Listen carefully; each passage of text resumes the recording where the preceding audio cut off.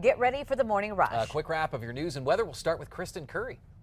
Good morning. We'll begin with our next big weather maker coming in the form of a cold front as we get into the later part of today. Showers and storms will line that front as it moves in. Could even be looking at a little bit of light snow over the far higher terrain of northern New Mexico. Down to the south and east, a few spot storms possible later on tonight. Crystal? Thanks, Kristen. As you get ready to head out the door, follow the day's top local stories. We start with Fernanda Lopez. Crystal, closing arguments are expected first thing this morning in the trial of Andrew Romero, accused of killing Rio Rancho officer Greg Nigel Benner. The defense took just one day to question all its 5 witnesses. They tried to discredit Tabitha Littles, Romero's former girlfriend, who took a plea deal for her testimony. The defense also brought in an expert to talk about the DNA found on Romero's gun. And the 5 facts, more on what the defense tried to prove and what the state is saying about their expert. Adam? Thanks, Fernanda. According to the Albuquerque Journal, the Civilian Police Oversight Agency is raising questions about how well APD looks into officer misuse of the National Crime Information Center database. The board's director says it has seen at least 3 cases of officers accused of using it inappropriately. Departments can also have access taken away if too many officers abuse it. APD says it sent a memo out on proper use to officers in spring 2015. On to new news this morning. Corrections workers at the state penitentiary and the Western New Mexico Correctional Facility in Grants have voted no confidence in their boss, Corrections Department Secretary Greg Mercantile. According to the Santa Fe New Mexican, some union members say they're not happy with what they call low pay, mandatory overtime, and poor working conditions.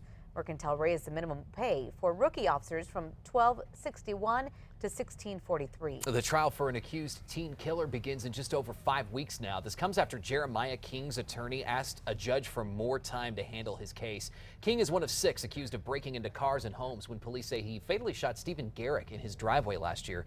King's attorney is arguing that some of the charges against King should be split off from the murder charge.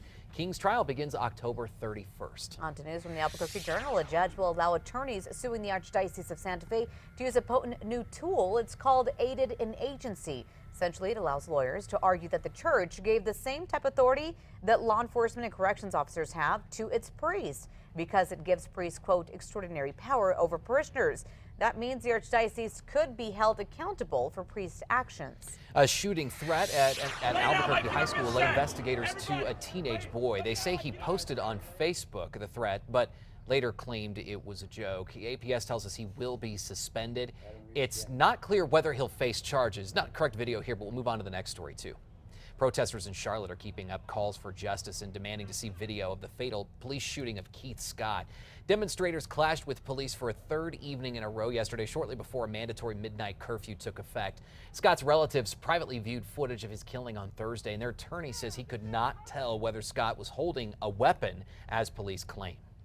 New overnight this morning, Tulsa officer Betty Shelby is out of jail on $50,000 bond. She was booked on first-degree manslaughter charges and was released shortly after that.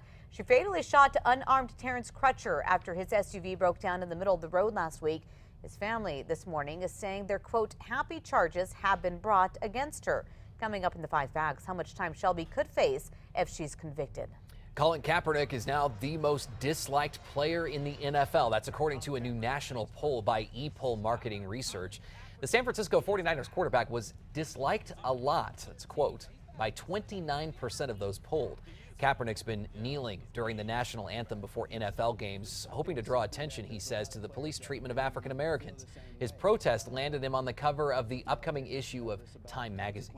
Turn now to a live look at Washington, D.C. this morning. Look over the White House as investigators continue looking into the leak of First Lady Michelle Obama's passport information. According to authorities, hackers may have broken into a contractor's email that contained a scan of her passport, but the White House has yet to confirm its authenticity. However, says it's taken this issue very seriously. Today's Metro Threat Index out of 4, almost a 5. With some of those spotty to scattered storms getting in across the metro area today, we'll be watching for some gusty winds for sure, but hopefully some good rain, a little bit of lightning possible within some of these storms as well. Target time this afternoon into this evening. I don't expect a lot of this to linger into the overnight. Tomorrow looks to be a lot quieter as we get into the weekend. Adam?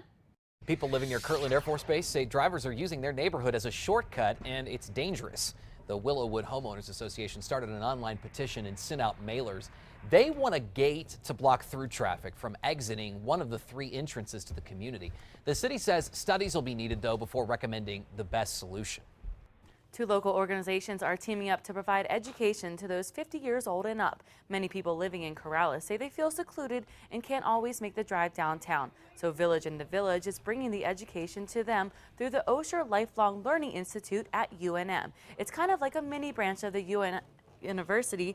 Classes range in topics from poisonous snakes, Taoism, to politics. The classes are open to everyone. Crystal?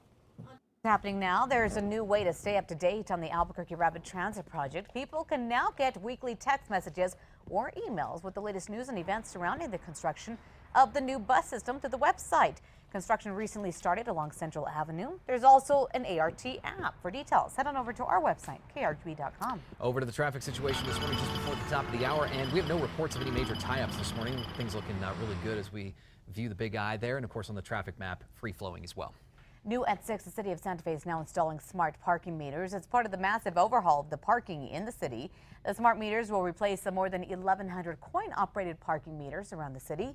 They will take credit and debit cards, according to the Santa Fe New Mexican. Smart meters should all be installed by October 15th. Tomorrow, you can fish for free. Saturday is National Hunting and Fishing Day. People can fish without a license across New Mexico, and you can take part on public waters, all public waters, including those in state parks. All right, time now for the 5 facts. On to number 5. A New Mexican author has another big honor this morning, and the newest award is giving him some national attention. President Obama awarded Rodolfo Anaya the National Humanities Medal at the White House yesterday. Anaya is famous for works like Bless Me Ultima. And number 4, this morning the state is dealing with a sports referee shortage. They're asking people to sign up. For more information, visit the NMAA website.